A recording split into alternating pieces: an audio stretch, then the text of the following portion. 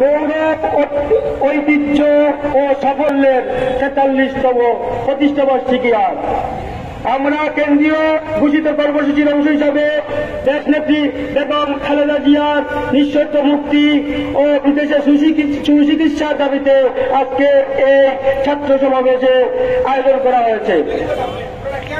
শুধু একটি কথা বলবো, অনতিবিলম্বে দেশনেত্রী বেগম খালেদা জিয়াকে যদি মুক্তি না দেওয়া হয়, যে আন্দোলনের ডাক দেওয়া হবে, আপনারা পালাবার রাস্তা পাবেন না।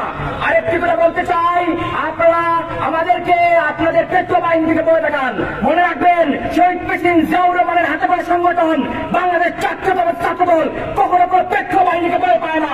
রাজপথে আসবে, রাজপথে থাকবে, দেশনেত্রী বেগম খালেদা জিয়ার মুক্তি আন্দোলন সুবল করে এদেশ থেকে স্বৈরাচারীকে প্রতিহত করে ঘুরে ফিরবে।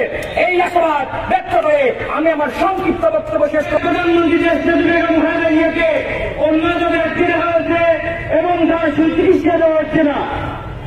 আজকের এই সমাবেশ আমাদের খুশির নয়, আজকের এই সমাবেশ আমাদের অন্তর্ভুক্তের। সিলেটে ছাত্রদলের ৪৩তম প্রতিষ্ঠাবার্ষিকীতে ছাত্র সমাবেশ। বাংলাদেশ জাতীয়তাবাদী ছাত্রদলের ৪৩তম প্রতিষ্ঠাবার্ষিকী উপলক্ষে কেন্দ্রীয় কর্মসূচির অংশ হিসেবে সিলেট জেলা ও মহানগর ছাত্রদলের ছাত্র সমাবেশ অনুষ্ঠিত হয়েছে।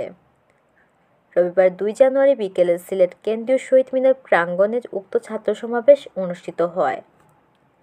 সিলেট জেলা ছাত্রদলের সভাপতি আলতাফ হোসেন সুমনের সভাপতিত্বে ও ভারপ্রাপ্ত সাধারণ সম্পাদক দেলার হোসেন নাদিমের পরিচালনায় বক্তব্য রাখেন মহানগর ছাত্রদলের সভাপতি সুদীপ জ্যোতি এস, জেলা ও মহানগর ছাত্রদলের সহসভাপতি আব্দুল হাসিব, এনামুল কবির চৌধুরী, সোহেল প্রমুখ নামে অনেকেই।